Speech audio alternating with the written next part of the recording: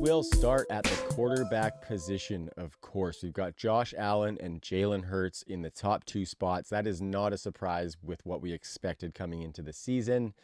Number 3 is where we are going to stop first, though, and that is with Justin Fields of the Chicago Bears. And the pendulum continues to swing for old Strawberry Fields.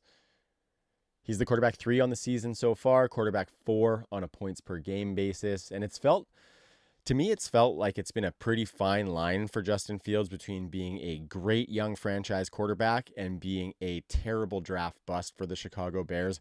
You watch him play, seems to be playing pretty good. He's getting drops from his receivers, not getting any help from his O-line. But then he goes through spurts of overthrowing deep balls by a mile, not being able to choose the right guy on those short routes, turning the ball over, unfortunately, quite a bit. So it's been a mixed bag, a little Jekyll and Hyde action for Justin Fields with those insane flashes and those terrible mistakes. But the good news coming out of week 5 was that Thursday matchup against the Washington Commanders, because he and DJ Mo Money looked dialed on that Thursday nighter. 3 touchdowns caught by DJ Moore. Definitely an upswing happening there with the meld that these guys are getting. So I think the offense is going to be a little bit streamlined for Justin Fields. Schedule doesn't look terrible coming up, and we know that he has some abilities that can transcend a bad schedule. Let's start with the positives for Justin Fields. Obviously, that rushing is focal point number 1 for him as a fantasy asset. Ton of room for upward swing there as well. He's only averaging a little bit over 4 fantasy points per game as a runner this season. And last year, he averaged about 10 fantasy points per game as a runner. So definitely a bit of a slide there. And I think that could go up a little bit to give him a little bit more of that Konami upside that we love. He's only got 1 rushing touchdown on the season so far. He took 8 to the house last season. And at one point last year, he had a rushing touchdown in 6 straight games with 7 rushing touchdowns over that span. So there is some intergalactic ability as far as a fantasy runner for Justin Fields. Just hasn't reared its gorgeous head just yet, but I think it's going to come to an extent this season. I don't know if he's going to be averaging 10 fantasy points per game, but I think he could move that 4 up to a 7 fantasy points per game as a runner. And as a passer, I think, I'm not going to sit here and dress up a turd. It has not been pristine. He has 5 picks already on the season. Week 5 against the Commanders was actually his first game without an interception, so positive signs. His completion percentage and catchable throw percentages are outside the top 25, and he does hold on to the ball too long still. I totally get that. But on the positive note for him as a passer, and this is where fantasy production actually comes, is he's got the 3rd most touchdowns. He throws the ball deep at the 3rd highest clip in the league. And I think the funniest piece about that I found when I was looking at deep passing is that number 1 and 2 ahead of Justin Fields as far as deep passing percentage are Derek Carr and Ryan Tannehill. So just like we drew it up coming into the season, right? Not quite. But moving back to Fields, I think it's going to be kind of positive signs moving forward. If we look at the next few weeks, they've got the Vikings, Raiders, and the Chargers coming up. The Vikings and Raiders, both bottom 10 defenses against the pass. The Raiders have been solid as far as passing yardage, but they have allowed the 8th most passing touchdowns thus far. So I think Justin Fields can keep this going to an extent. And regardless of that matchup, like I said, the DJ Moore connection looks like it could be matchup proof. And that bakes in some passing production to go along with that rushing upside he presents. And the Bears might be bad, but Justin Fields is the cheat code we wanted him to be for fantasy football. Doesn't have to be on a good team, just has to be producing for fantasy, and that's what you're getting out of Justin Fields. And I'm going to go out on this limb and say that he is a top 5 quarterback play for me rest of season. Probably the biggest surprise at the quarterback position this season has been CJ Stroud. He is getting it done so far in an overachieving Houston Texans offense, I will say. Definitely thought this was going to be a major run-heavy offense, but boy, was I wrong. The rookie 2nd overall pick is currently in the top 5 in pass attempts and passing yards. He's been a top 15 quarterback in 3 of his 5 weeks. I think it's safe to say that this offense is much more desirable than we expected coming into the year. And I'm going to be honest, I expected to have almost 0 interest in any part of this passing game, but it's quickly become a passing game that we want to attach to.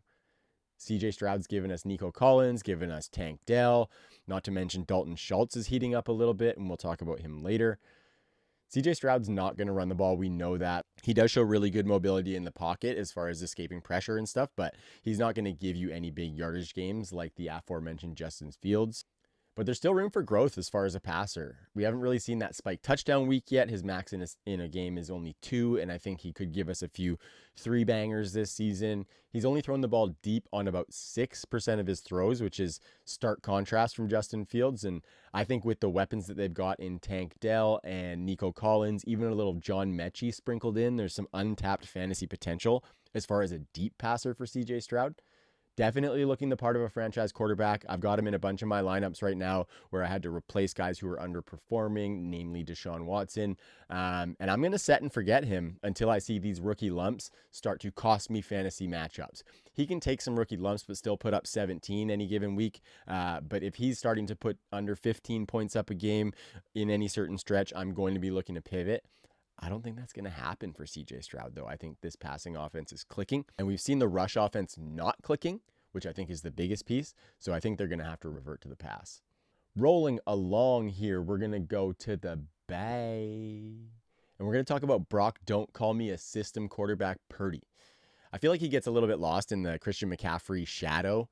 And looking at the question, like, is he a system quarterback? Let's start with that. I think for me, it's probably a little bit of both. We know this system has been lights out. It has been propping up quarterbacks for ages. And Brock Purdy comes into that as Mr. Irrelevant, the final pick in the draft, one of the ultimate outliers if he continues what he's doing right now.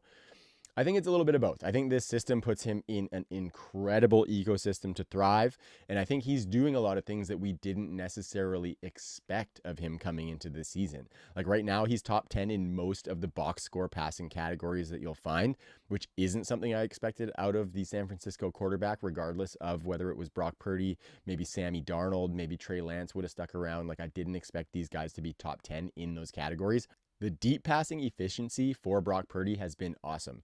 He is number 4 in deep completion percentage, tied for 3rd in deep touchdowns. We've seen some of that bear out in some of Brandon Ayuk's downfield targets, one of the higher average depth of targets in the league does Brandon Ayuk have. And I think another surprise for me as far as Brock Purdy goes is that only about 45% of his yardage has come after the catch. So 45% of the yards has been gained after the catch by his receivers and pass catchers, which is actually outside the top 20 in the NFL. And I think this is where he differentiates himself from a system quarterback, because it could have been really easy for Kyle Shanahan to allow him to dump it off to Brandon Ayuk and Deebo Samuel, 2 of the best yards after the catch receivers in the league. George Kittle, one of the best yards after the catch tight ends. Christian McCaffrey, one of the best everything ever. So it would have been really easy for Kyle Shanahan to kind of plunk those short targets in there, let them do all the work for Brock Purdy and not let him maybe be a liability or pose any risk to the team, but that has not been the case. There is full trust in him. We're seeing higher fantasy upside from the Niners quarterback than we have in a while, aside from what never was with Trey Lance, of course. And Brock Purdy's really just every week start as a quarterback, has the ability to put up that hyper-efficient 4-touchdown games. Positive there is that he did it against the Dallas defense, which is one of the best defenses in the league. So I think he, not only the San Francisco offense, can transcend a bad matchup to be viable for fantasy football. Looking outside the top 15, we've got Trevor Lawrence at 17, Dak Prescott at 21, Joe Burrow at 24, Deshaun Watson at 28. Not what we hoped coming into the year.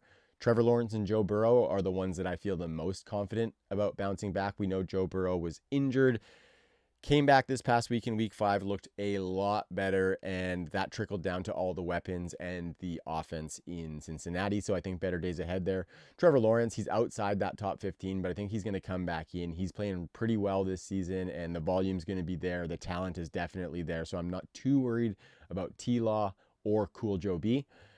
Dak, I am much more worried about. I talked about Dak on the episode I recorded a couple weeks ago, and he's nothing more than a waiver wire streaming quarterback anymore. Would be nice if we could rely on him every week, hearkening back to the ages of those best offenses in the league with Kellen Moore. This is not that anymore. There is a major increase in the focus on the run game in Dallas, and that's been to the detriment of Dak, to the detriment of CeeDee Lamb. It's trickling down hard. So Dak is not somebody we are keeping on our benches at all. He should be on the waiver wire. And if you need a stream, sure, find him in a good matchup. If you can look elsewhere for somebody who might be able to provide better upside, I would be doing so. And I mentioned Deshaun Watson, and he probably is a stream-worthy quarterback right now, but he just feels like he's going to be more than that as the season progresses, right? I think he's going to bounce back from the poor performance we've seen previously. He missed a game with an injury. Cleveland just had their bye as well, so we haven't actually seen Deshaun Watson for a couple weeks. The Browns' run game doesn't look like it's going to be as effective as they hoped, so I think they're going to have to look at relying on the pass a little bit more. The hard part is to kind of assume coaching. Obviously, we can't really assume that. Even when we look at the fact that they paid the shit out of their quarterback and traded for an awesome wide receiver in Elijah Moore, I'm still not ready to say, yes, they are going to increase their passing volume.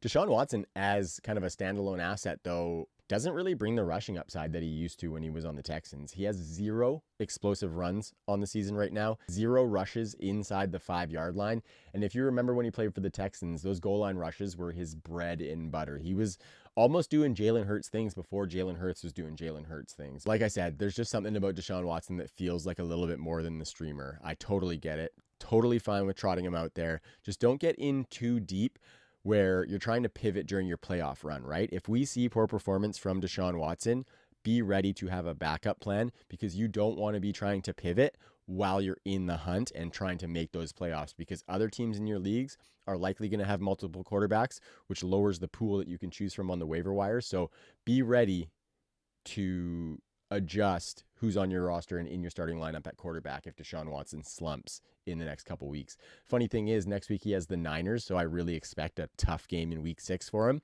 But he has Indianapolis after that, and that's one of the worst passing defenses in the NFL. So I would be giving him a 2-week leash as opposed to a 1-week leash, just considering that the next matchup against the Niners is a nightmare matchup for any team in the NFL. Just want to give a shout out and show some love to Anthony Richardson. Got injured. He is officially on injured reserve, probably set to return a little bit later in the season. But if I'm them, I'm being pretty careful with that rookie quarterback, because he looked every bit the franchise quarterback that they wanted him to be. He was running the ball effectively. He was throwing fairly efficiently enough for a rookie, let's say. And so really hope Anthony Richardson gets back to health, because he was doing like some top 5 fantasy asset as a rookie things in Indianapolis. And just sucks that we're not going to see that bear out over the rest of the season, but hopefully you can come back later and show us some more of those flashes and show a little bit of promise going into 2024.